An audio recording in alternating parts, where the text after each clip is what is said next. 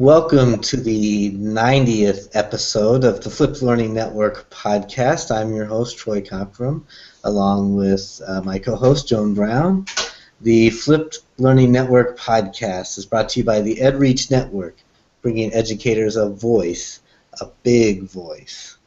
Today we have on the show Audrey McLaren. Audrey, could you tell us what your role in education is? Sure. I'm a high school math teacher. I don't teach in one school, though. I teach online, live classes every day at various high schools. My students are in various high schools all over Quebec. So I'm a high school teacher, just not in a brick-and-mortar classroom. All my classes are synchronous. It's not like canned classes, canned courses or MOOCs or anything like that. Okay, and so the reason I wanted to bring you on was I heard a lot of people talking about GeoGebra, is that how it's pronounced? GeoGebra, yeah. Yeah, it's, I don't teach math, so I never really paid much attention to it, but I've heard a lot of people say good things about it, and I had seen you tweeting about it recently, so I thought that you would make a good guest to talk about that for the listeners and kind of take us through. So how do you use GeoGebra? Well, first maybe I'll just tell you what it is. That's actually a good idea. It's a free software that's available. It's been around for, I don't know, a few years. I heard about it about 3 years ago, I guess. It's geometry and algebra. That's what the word comes from. But there was a debate about whether we should call it GeoGebra or GeoGebra, but the guy who wrote it says GeoGebra. So it's, like I said, it's software. It's the fancy term for it is dynamic geometry software. It's interactive. It makes it possible for difficult concepts that students find difficult to be visualized. The software makes it really easy for the teacher, for anyone really, to draw a picture and for that picture to be represented algebraically at the same time. And then those two sections work together. If you change something in the picture, the algebraic representation automatically changes, and vice versa, so they work together. There's a geometry component to it, there's an algebra component, there's also a statistics component to it. And how I use it, well, how I use it is changing the way that everything changes these days. I started out by making what I would call worksheets for my students, where basically there was one right answer. For example, I don't know if you remember your high school functions, but I would I think the first one I made was a graph, and there's 2 points, and only 2 points on the graph, and it says in the sheet, one of this point is the vertex, and the other one is a point that the curve goes through. What's the rule of this parabola? Can you figure out what, the f of x, what is the rule of this parabola? So if this were done on a piece of paper, the kids would just have to, do all their algebra and show all their work, and then they would hand it in, and they don't really know if it's right or not. I suppose they could, check their work. But with GeoGebra, there's no paper, first of all.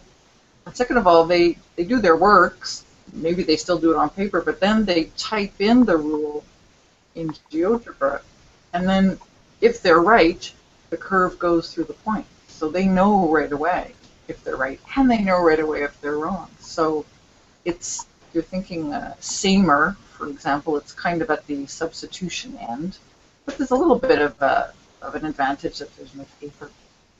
So that's how I started using it 3 years ago, and it's kind of evolved since then.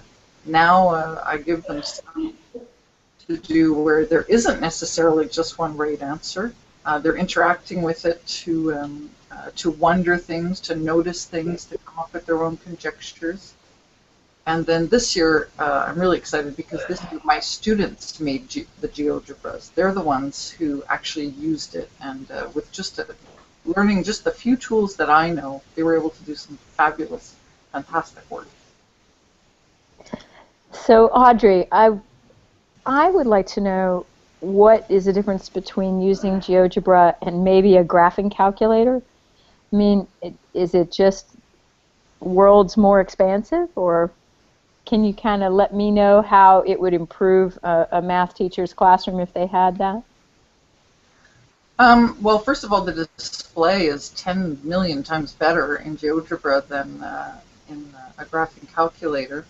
And just the flexibility, there's just so much. GeoGebra is just so powerful. To me, GeoGebra combines the addictiveness of programming. Everyone's talking about coding now, and how kids are so natural at it and just get so excited about it and get creative. Well, GeoGebra isn't coding, but there is an element of it that is similar to coding in that you are trying to give something a set of instructions so that it will behave the way you want it to. And I guess that's what, to me, that's what it has in common with coding, is that it's almost like you're teaching somebody else something. They say that you never really learn something until you have to teach it. And then, in a way, that's what you're getting when you're using something like GeoGebra. You're trying to get it to do what you want. And if you want that to happen, you have to get it right. So, but yeah, sorry, and you asked about the calculator. So, I suppose you could say that about I still have mine. I mean, it's not Sure. throwing it out, Are they required? I know in our school the graphing calculators are still required. Yes, they are. Well, in Quebec they are. Yeah, I don't know how long that's going to last, but they still have a good use because these are, you don't have to be on the internet, right? And you can pick it up anytime. And I just find that I use it less and less because the online versions of this are getting so much better all the time. There's not only GeoGebra, there's another one called Desmos. It's also fabulous. Now, the difference between those two, that Desmos is fully not, I'm not a techie person, I might not be saying this right. All I know is for Desmos, it's all on the web. You don't have to download any software or anything like that, whereas with GeoGebra you do. Actually, that's probably a good follow-up to when you described it, the different platforms that you can get GeoGebra on. So you're saying you can download it to your local hard drive on a computer, but I'm aware that it's also a Chrome app. Yep, and there's also an iPad app as well. Mm-hmm. I believe you can load it directly to your Google Drive as an app in Google Drive so that your files will save directly to Drive. Now, is there an Android app? For GeoGebra, I don't believe so. No, I don't think so. Okay. I don't have an Android device, so... Well, I was actually playing with it on my Nexus 7, and it works beautifully, at least through the browser. All of the worksheets that are out there on the site were loading and moving just as fast as they would on a computer, so I was impressed with that. Now, 7, is that an Android? It's an Android tablet, yes. Oh, okay. So it's good to know that students could use this. And let's remember, graphing calculators are right about $100, and this is free. Weigh that. Free, $100. Yeah. So I do think, you've got the power of something that is portable in a lot of devices still with a product like this or with Desmos. I would like to know, I am not a math teacher, but I am the mother of an 8th grader in geometry. And I wonder just, from your teaching experience, how this kind of visualization and the ability to manipulate has changed their understanding in the classroom, the students. Well, I just attended a session. There's a weekly meeting of math teachers called the global math department. And a young man by the name of Jedediah Butler just presented on GeoGebra. Now he teaches geometry, if I'm not mistaken, it's middle school, I think, geometry, showing us his applets, he calls them. How do I put it this way? He's got his kids moving from like one world to another. He'll have them, he'll show them something that he made, a visualization of some geometry concept, and then he'll let them play with it until they notice what he's hoping they'll notice. Like, for example, that the formula for the area of a triangle. He showed a visualization of that, which blew my mind because I never knew it. It comes from all triangles can be turned into rectangles. I didn't even know that. Any triangle. So he shows this visualization. He doesn't say anything about the formula. He doesn't say this is about formulas. He doesn't tell them a formula. He just shows them his visualization in which a triangle gets cut and slowly turns into a rectangle. And they can change the size of the triangle, they can change the size of the rectangle, but every time they do, the same thing happens, that this triangle turns into a rectangle, whose area it's very easy to figure out. So he has them play with this a little bit until they say, well, it looks like the area of a triangle is blah, blah, blah, blah. Then he has them move to paper and play around with paper. And then by the end of the period, they come up with the formula. They'll say, well, it looks like it's going to be a half of the size of this rectangle, which is half of the height of this triangle. So I don't know if that makes sense to people who, non-math people, but how does it help them in their understanding? It flips everything in a way. Like, it used to be that we would give them the formula at the beginning. I mean, I did that anyway. I think a lot of math. We would say, okay, the formula for a triangle is this, and then have them practice, practice, practice, and then at the end of the period, who cares? But this way, they own it by the end of the period because they figured it out, because they saw it, and they cut it out, and they played with it, and they verified. So for geometry, I think that's how it helps them understand it. I was going to actually do a screen share here in just a second. Go ahead, Troy, and I'll try to bring it up.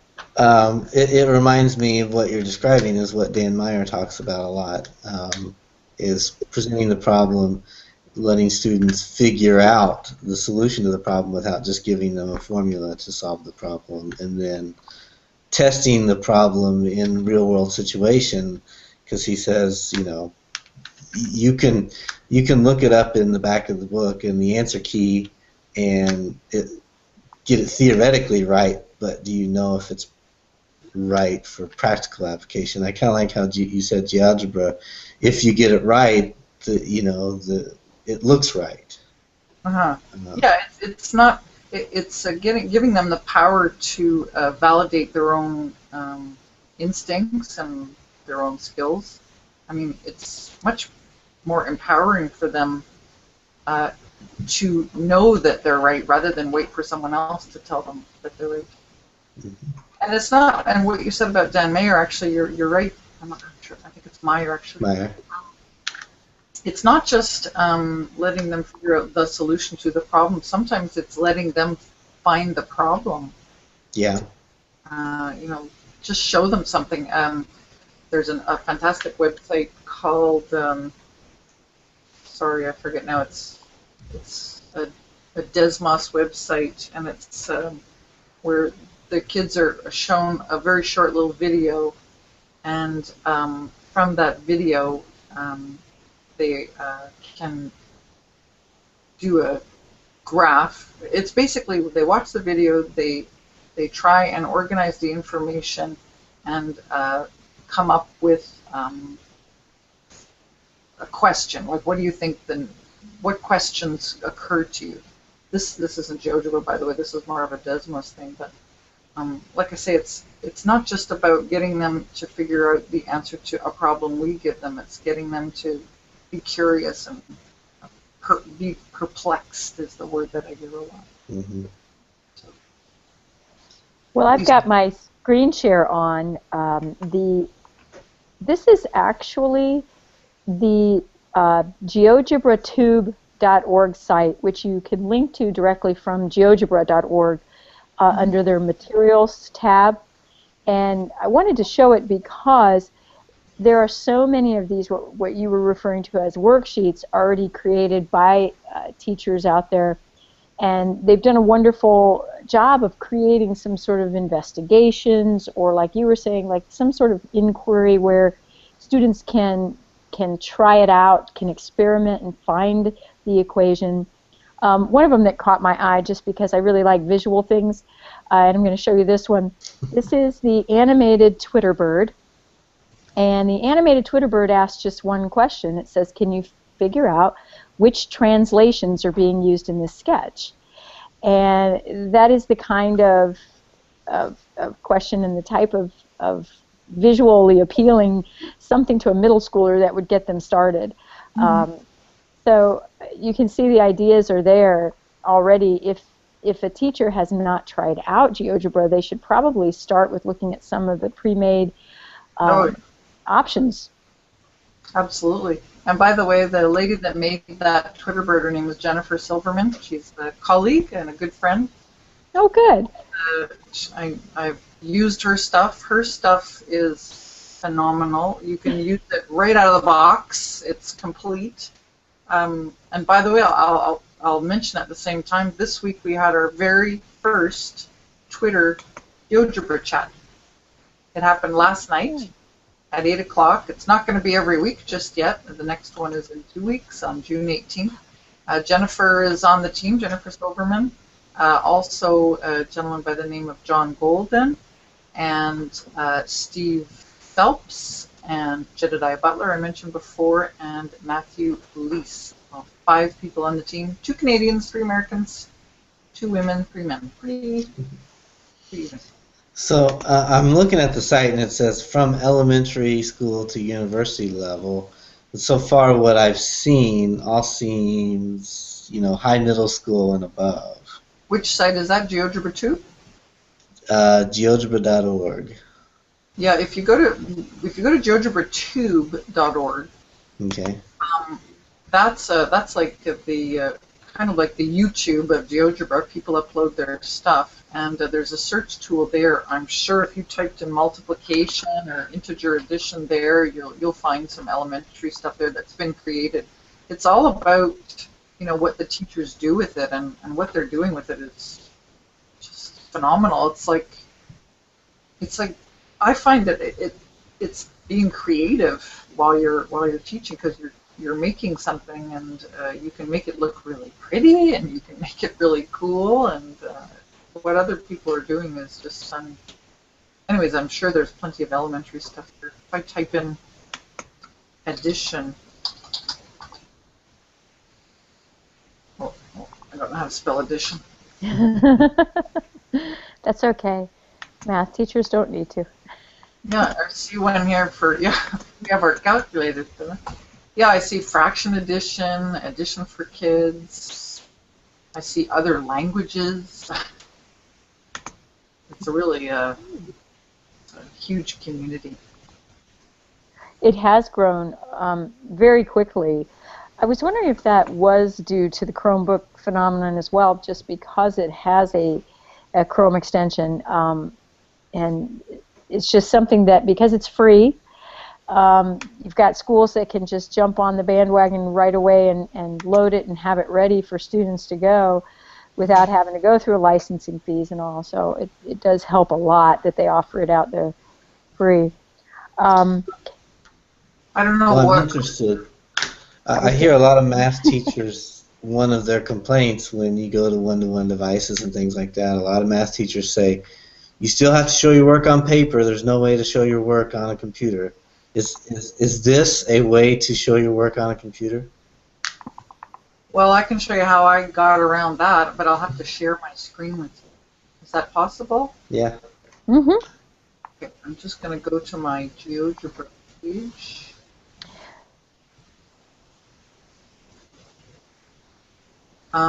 My students submitted one assignment on GeoGebra, and it was a paper problem that had so many steps that, sorry, GeoGebra books, that if they did it all on paper, it would be too much for me to see all at once, and if they put it all on their GeoGebra, it would be too much. So I said, do this. Let me see if I can find this. You see, this is what I was afraid of. I'll be going, where is the... Well, if you look to the left, there's a green square with an arrow in it. That would be a screen share option. Oh, okay.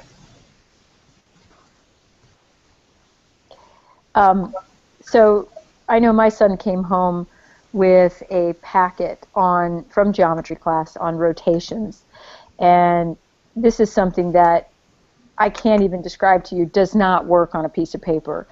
He just didn't understand it. He couldn't see it visually, how to move the shape and rotate it.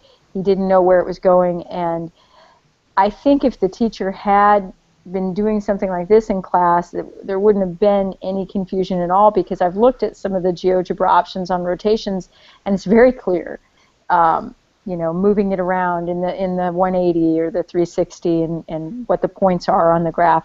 It's real clear, and I think that's part of it, is this visualization power that is right at the hands of these math teachers now. Absolutely, and you know, a lot of subjects work best if you can click something and drag it, like vectors, for example. Vector addition used to be to add two vectors, you had to, on paper, you had to copy one vector, draw it again somewhere else. Well, here you just click it and drag it, and not only is that easier to do, but it's more consistent with what vector addition is. I'm still looking for my students' stuff. I can keep talking. Well, now when I load this into Google Drive, it does save these files in Drive, and I believe they're shareable with the teacher. So if a student is creating a file, it's easily shared with the teacher as long as they have GeoGebra loaded in their Drive as well. That's right. Mm-hmm. Yeah. And that's what I get my kids to do. They all, I'm going to my students' blogs, by the way, because I know one of them embedded hers into her blog. That's another thing, is you can embed this stuff, and the kids can do it too. It's, you know, it's easy enough that it's easy enough that I can do it, which means anybody can. Oh, here we go. Okay, here we go. Here is this student's solution to a problem. Each of the, I don't know if you're seeing that, where it says road bikes and mounted bikes. Yeah, we can see it. Sure. Okay, so this is the GeoGebra solution that she embedded. So here's one of the steps. She's already got this checkbox filled in here. These checkboxes enable things to show up, or not show up if you don't want to show up. So she had a bunch of inequations to graph. So I see each inequation with shading show up one at a time as I check these checkboxes. This is something that if you did it on paper, by the time you shaded with all these colors, your paper would be covered in ink or pencil or whatever. And then she shows me all her work for each of the corners. So here's all the algebra here, but I don't want that to stay on the screen, but it's nice that it's there. It's just typing. And then she does her work for, well, this is just other work. So anyway, as you can see, like, you know, this is a way around that. There's, you know, the vertex, the other points. Anyway, so that's one way that students can show all their steps for their work. And it's also visually a lot more pleasing, I find. You know what else? I'm noticing that it has the ability to graph. And so now we're walking right out of math class right over to science or even social studies. If you're able to do bar graphs, it appears, and line graphs, it's something that if they learn the skill in math, they're going to be able to use it in other classes. Are you finding that at all? In others, well, certainly in science, and as a matter of fact, I can show you. an example of a student who's very artistically inclined. Oh. Go back to my books. GeoGebra books are just like channels, sort of. I think that would be the equivalent in YouTube. Here's my students. I did a joint project with the physics teachers because we had a lot of students in common, and we had them create a projectile, a virtual projectile in GeoGebra. And the artistry in some of them was just quite something. And I'll show you some of them here. So they had to get an object in GeoGebra to behave like a projectile. In order for it to do that, all of the algebra rules governing that object had to be correct. So they were studying that in physics. They were studying projectile motion. And then they were representing it in math class. Here's the student who's artistically inclined. Her projectile was a paint splatter. And if your projectile is set up right, and then the paint lands on the canvas. So the idea is you play with the slider here to get your paint dot in the right place. You can give it a certain velocity, and you can fire it at a certain angle. It's kind of like Angry Birds, I guess. Mm-hmm. And then you just fire it with the T slider. And I didn't do it right because I didn't hit the canvas. Anyway, that was the idea. She probably had it set up so that it would hit right away. Oh, there we go. There you go. So, I mean, she had to do the math right, but she also, I know that she spent a lot of time just getting the colors right and getting that splatter just the right shape. So, I mean, there is certainly some crossover between subjects. I mean, this is physics, kind of arty, and it's definitely math-oriented. Well, you could even do that in history, I hate to say, but you could talk about World War I canon distance and art and show how it improved over the war. I mean, that's coming from a history teacher, but yeah. And that would really be the kind of cross-curricular thing that is going to build the math skills where we want them, rather than being isolated. And this is why I get very interested in tools like these, because they are very easy to translate into other courses and get the kids doing this at home as well. Design. Yeah. Mm-hmm. I was just going to say that it's the kind of thing that I hope would cause more teamwork amongst teachers. You know, if there were like a history teacher interested in that project that you just described that didn't feel comfortable with the math, you know, that would be really fun for the math teacher and history teacher to put together, and it would be great modeling for the kids too. You know, we work in our own little silos all the time, and we think we have something in common, but you know, maybe we have the kids in common. We have the interest in projects in common. Right. Hey, Audrey, would you go ahead and click the screen share off, and then we'll be back. So are there any other products that maybe you're using in class that are also visual? Besides GeoGebra? Mm-hmm. Is my video back, by the way? Because I don't see it. Did I? If you just click on the green button, it should take you back. Okay. Good. There you are. Hey, you're back. Other visual things I use besides GeoGebra? Mm-hmm. Okay, well, I use Desmos. Okay.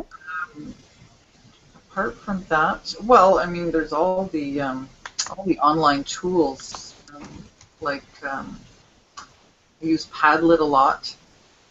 Once the kids, if they're all working on a graph or something like that, and I want them all to compare, because they're not all in the same building, you know, they're in different buildings, but I want them to see their work. I love Padlet because it's kind of like Google Drive, but it's all visual. You know, you just put your stuff up on a wall, and it looks like a wall, and the kids can, in real time, they can see each other's work. You mean like a visualization for math, though, right?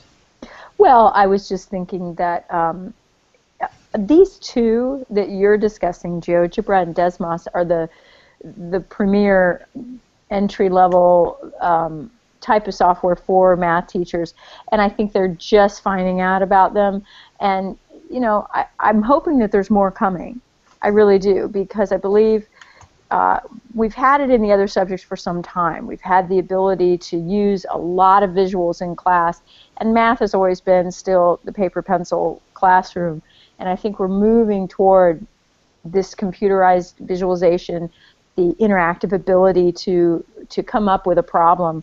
One of the things, the reason I asked was I know there are some classrooms starting to use either Floor Planner or SketchUp also in their classrooms to use design elements and engineering elements as part of their math teaching. And I think these GeoGebra is like a step toward that. So if you're interested in looking into SketchUp, that's also an option. Floor Planner is one that is also a Google Chrome app that is free and can be loaded. And I think they're trying to come up with some math that goes along with that as well. Yeah, I guess the potential with GeoGebra is just so huge. I mean, I feel like I've just scratched the surface. I mean, I could go the rest of my career and never finish learning about it. And so at the moment, I can't think of anything else that I really... How often do you use it?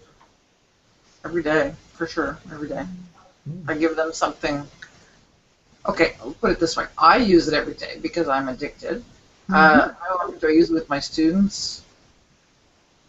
At least 3 times a week, more than half of the time. They've got something to do in GeoGebra, or they're doing an assignment, like they're making one themselves, like you just saw with the projectiles, or they're doing studying a particular function, and they do a memory aid. They used to do their memory aids on paper. In Quebec, we allow them to have a memory aid during tests and exams, and we still do. But before it's time for the test or the exam, they have to do one on GeoGebra. It has to have all the same information, but it has to be all interactive. So, like, even if I'm not making a GeoGebra, they're working on something, and I'm helping them out with it during class. Mm-hmm.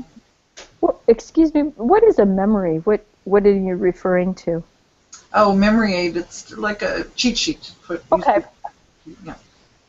And they can make that in GeoGebra something that they would be able to refer to during an assessment? No, unfortunately, they're not allowed to during a test. I just mean I get them to do that before the test. Okay. And it's just the memory aid isn't even necessary after that. It just helps them understand things so much better. Like getting it to work on GeoGebra, they have to, understand it.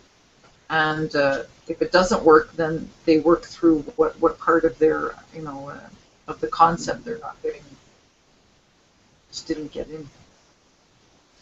Logistically, do the students have separate accounts from you?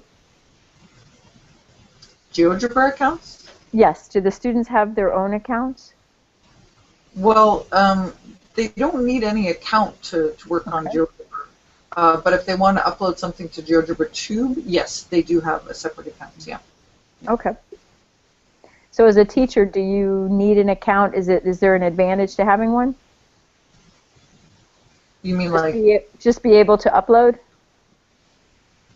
Well, the advantage to uploading something to GeoGebra Tube is that it's all on the web then. Like I can send them the link to the GeoGebra, and then they can interact with it exactly the same way as they would on the version that they've downloaded on their computer, but it's all on the web.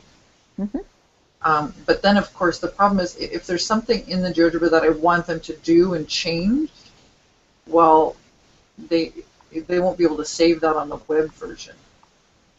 I see.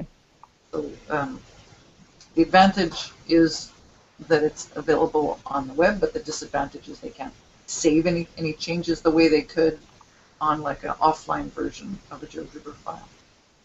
Okay, I see. But if you're talking about like a management advantage, I don't know that it's really GeoGebra Tube is like set up the way that Google Drive is. Google Drive is set up for education quite a bit, right? I mean, you can have like your class folders and your student folders on. I don't know that it's set up that way yet on GeoGebra Tube. You can probably mimic it, but it's certainly not at the stage where Google Drive is in that sense. Although, like you said, it's a Chrome app, so you could probably do it through the Chrome app. If you were a Google school. So, to change the subject a little bit, since you were talking about blogs, and that's one thing that I've heard that interests me is there's a big push to get more writing in math. What do you have your students blog about? Because I've heard that's one good way to get more writing process in math. So what do your students blog about? What do you create? What are their blogs created for? Things like that. Well, I get them to write about, let's see, the last thing they had to do was a summary. I had them write a summary about the trigonometry unit. I might get them to write about that. Another time, I guess it varies. My answer is it varies during the year. Mostly I try to get them to use their blogs without me telling them to. I want them to get addicted to it. I can't honestly say that has happened for most of them, but so most of the time I have to assign something. So like a summary, or at the end of a unit. At the beginning of a unit, I remember at the beginning of the logarithms, I had them blog about how they would describe what a logarithm is to somebody who didn't know, and I had them include some type of media. Just for fun. By the way, if you hear the plane, that's because I live next to a runway. Just so you know. Yeah, so I might have them blog about something at the beginning of a unit or at the end, and then there are certain assignments like problems that I had them post their solutions on their blog. Including an embedded GeoGebra. Actually, the one that I showed you there with all the different checkboxes, that was an example of that. Their blogging, it's probably heavier on the, at the moment, they're probably spending more blogging time doing like the actual math in GeoGebra than they are about writing, but I certainly want them to write more. Well, then I like that they can embed that GeoGebra into the blog, or if they had a website or something like that, would be another versatile use for it. Yeah, well, they're really proud, to show their blogs to their parents and their friends because, most kids their age don't know how to do any of that stuff because, I don't know, I guess not a lot of teachers ask their kids, to have a web presence. Have any kind of online presence. I think that there's still a lot of fear about that, but they're really proud when they get it to look nice, and when they embed it, and when they learn how to do that. A lot of the technology that not hard, but I mean it's really cool when it works. Yeah, it's really impressive. Well, here I am. I'm playing. Unfortunately, I've been sort of finding all kinds of these interactives, and I'm playing with them. So that's a bad thing. I found the rubber pencil. This one's a physics one, though, but it's basically trying to show you how the, I think you call it a sinusoid wave, is the same as if you were moving a pencil, and it's pretty intriguing. Is it the one where the pencil looks a bit bent with the water? Maybe it's a little bent. This is just, it's, I believe, called the rubber pencil illusion. But that one's fun because there's a lot of different sliders, so you can change the wavelengths and you can change the speeds and amplitude and modulation and all, and it really... I was impressed with that because it looks to me as though you can bring in outside images. Yes, you can. You can? Yeah. So similar to Dan Myers when he's showing like a parabola and trying to shoot a basket, you could certainly put in an image and have predictions made. Is that how something would work there in GeoGebra as well? That's another thing that I'd like to try next year. Yeah, you have a photograph or a video of something actually happening, and you can bring it right into GeoGebra. Actually, I'm not sure if you can do it with a video, but certainly an image. And then have the graphs and the geometry, whatever, superimposed on top of that. Do the drawing right on top of the actual, you know, basketball as it's going, or something like that. It's so versatile that there's so much you can do with it. It even sounds, if that's the case, you could bring in artwork and talk about perspective. Sure. Even. I mean, it's kind of endless when you start thinking about bringing in images, because there is a lot you can do mathematically once you see the real world right there in front of you. Sure. And there's a lot of art that you can create with math. John Golden, one of the people that's involved in our chat, he's done some beautiful visualizations of multiplication. And you don't have to know that it's multiplication to look at it. It's just beautiful. But you can see art using fractals and fractals as well. Exactly. Fractals are some of the prettiest mathematical objects there are. So I'm looking right now at a tarragon snowflake, is it? Yes. This is beautiful.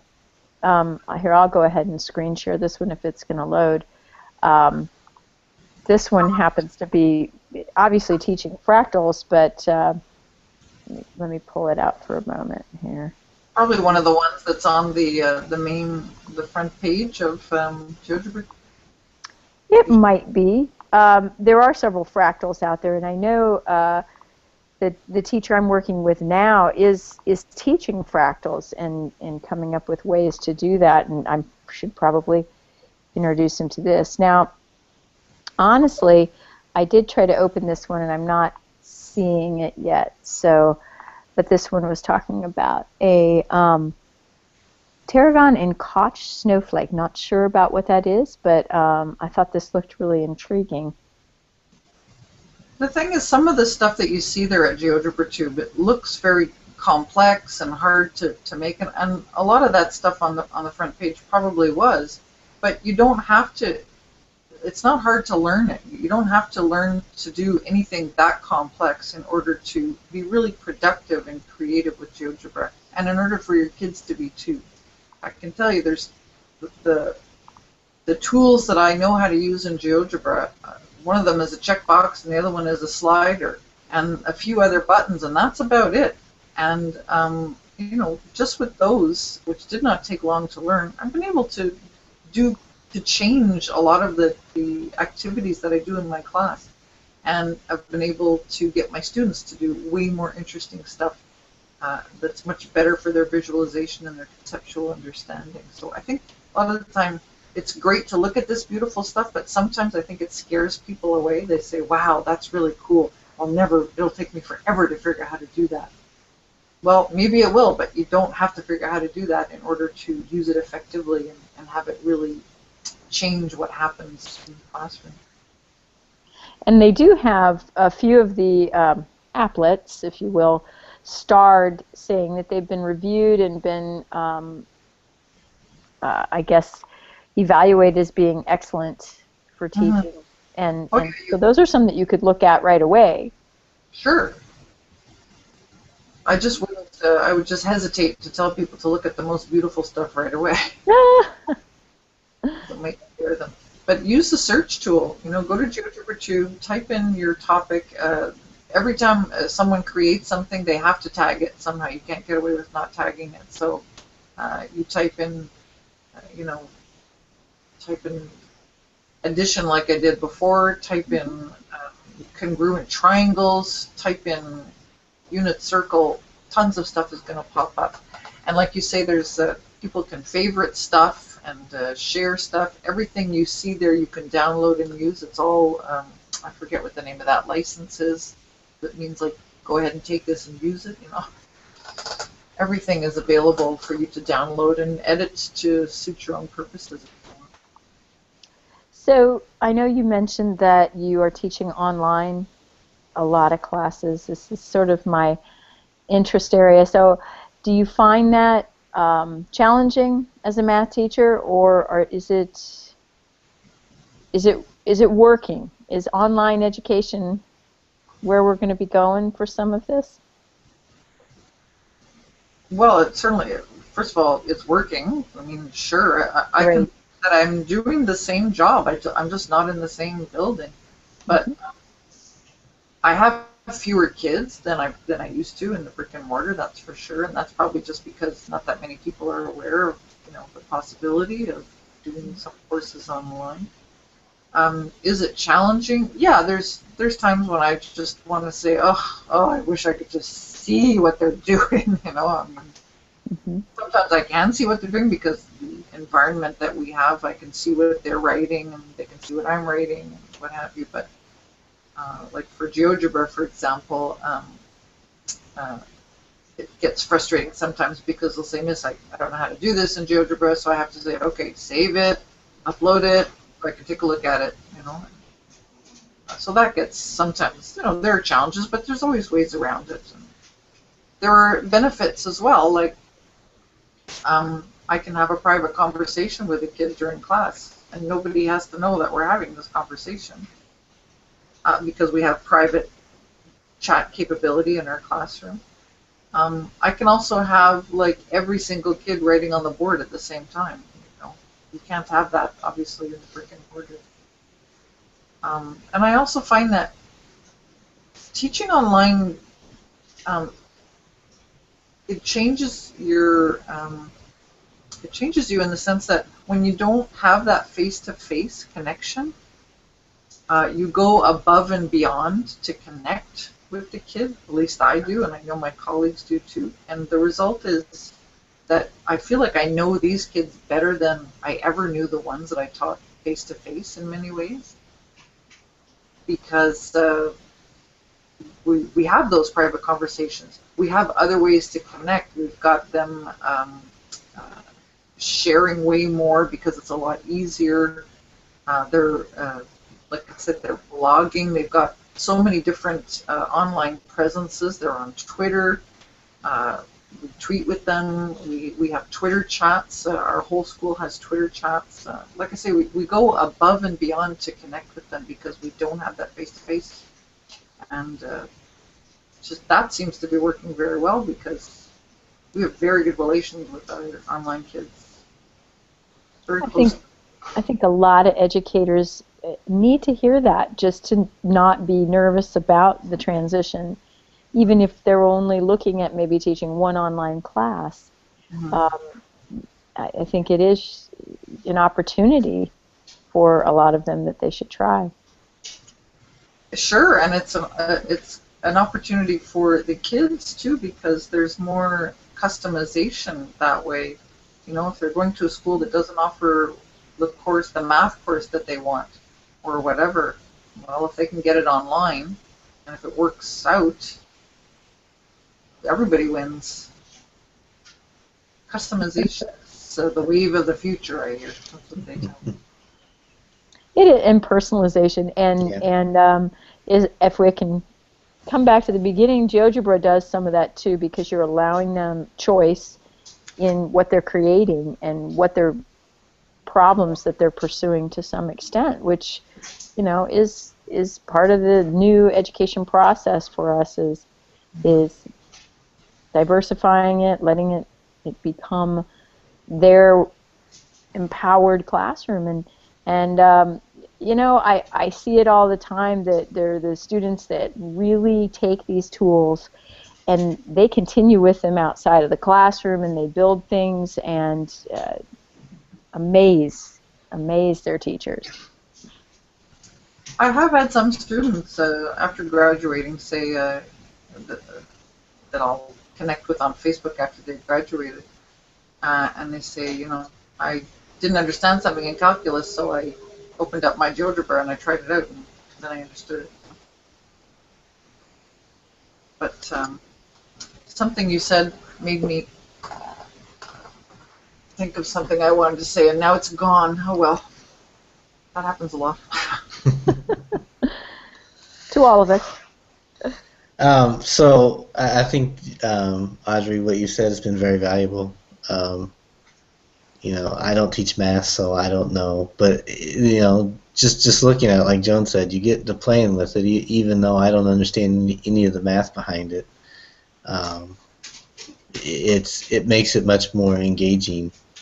And I can see a student getting much more engaged in trying to figure out formulas and different things like that. So. Just reminded me what I was going to say, sorry, about assessments. I have, in some cases, allowed kids to hand in a GeoGebra instead of doing a test. They've done extremely well, which probably means I'm not marking it right because everybody can't be getting 95, but still. I know it made a big difference in their motivation to do well. When they have a week to work on something which is harder, it's a harder project to do than writing a test, but if they're doing it at their own pace and there's no stress for them, it works out much better than, sitting in an hour test and not doing very well. So you're talking about customization and personalization. Yeah, that's something I'd like to pursue as well. Alternate assessments. Most definitely. That's where they're moving towards. And portfolio, which you've also got going with the blogs. So you're well on top of that one. Well, we're trying. Sometimes I think, we must overwhelm these poor kids. Some kids come to us at the beginning of the year and, all they've ever done on the computer is, typed a Word document or something. And then they come on and they're blogging and GeoGebra and Twitter, and some of them leave, I think, kind of like totally overstimulated. I don't know what to do next. But it works out. Works out very well. So if my listeners wanted to find out more about you, you're definitely on Twitter. Can you tell them your Twitter, and then do you blog or anything like that? I do. I have a blog at Audrey-McSquared.blogspot.com. I think that's it. McSquared. Probably if you type McSquared on Google, I'll be there somewhere. You'll see that picture right there. And you will be coming to FlipCon, Yep. which many of the listeners will be there. What are you looking forward to most? The people. I just spend so much time. I go to FlipChat most of the time and know so many people through that, and I'm just really looking forward so much to meeting those people. And also Jason Bretzman. He's organizing a panel discussion of the authors of that Flipping 2.0 book. Mm-hmm. Yeah. And you're one of those, right, Troy? I am one of those. Yes. Sorry. Yes. It's late, but anyway, yeah. So yeah, I'm looking forward to meeting Jason, and I met you already, Troy, but I'm looking forward to. Yeah, well, we met at FlipCon in Chicago 2 years ago. Yeah. Are you going, Joe? I am going virtually, and I hope to see as much as I can that way. Joan is still in school. I am. I have one more day. I'm still in school too, so. It'll be good. Thank you, Audrey, for your time. Thank you for having me. Appreciate covering the math side of things, because we probably don't cover it quite enough, because Joan and I are neither one math people. So math is everywhere, It is. Not just for nerds. Well, and I have to explore it a little bit farther, but I needed to figure out 30% of something last night, and so I typed it into Google, like I always do. I typed it in the Omnibar and let the Omnibar calculate it, but then underneath, it had word problems with those exact numbers in it. and I was surprised, and I didn't have time at that time to explore further to see where they got these word problems from. But it was surprising to see that they could take the numbers that I was using to calculate and then put those into an appropriate word problem. Oh, I'm so going to try that as soon. Yeah, that's interesting. So I could be wrong about some of that, but Google it and see what happens. So. Did you ever figure out your 30%? Yeah, I figured out the answer. I'm a professional. I can help you out with that. So, okay, well, thanks a lot for your time, and I will see you in Pittsburgh in, what, 2 weeks? Yeah, 2 weeks from now. 2 weeks, yeah. Enjoy it all.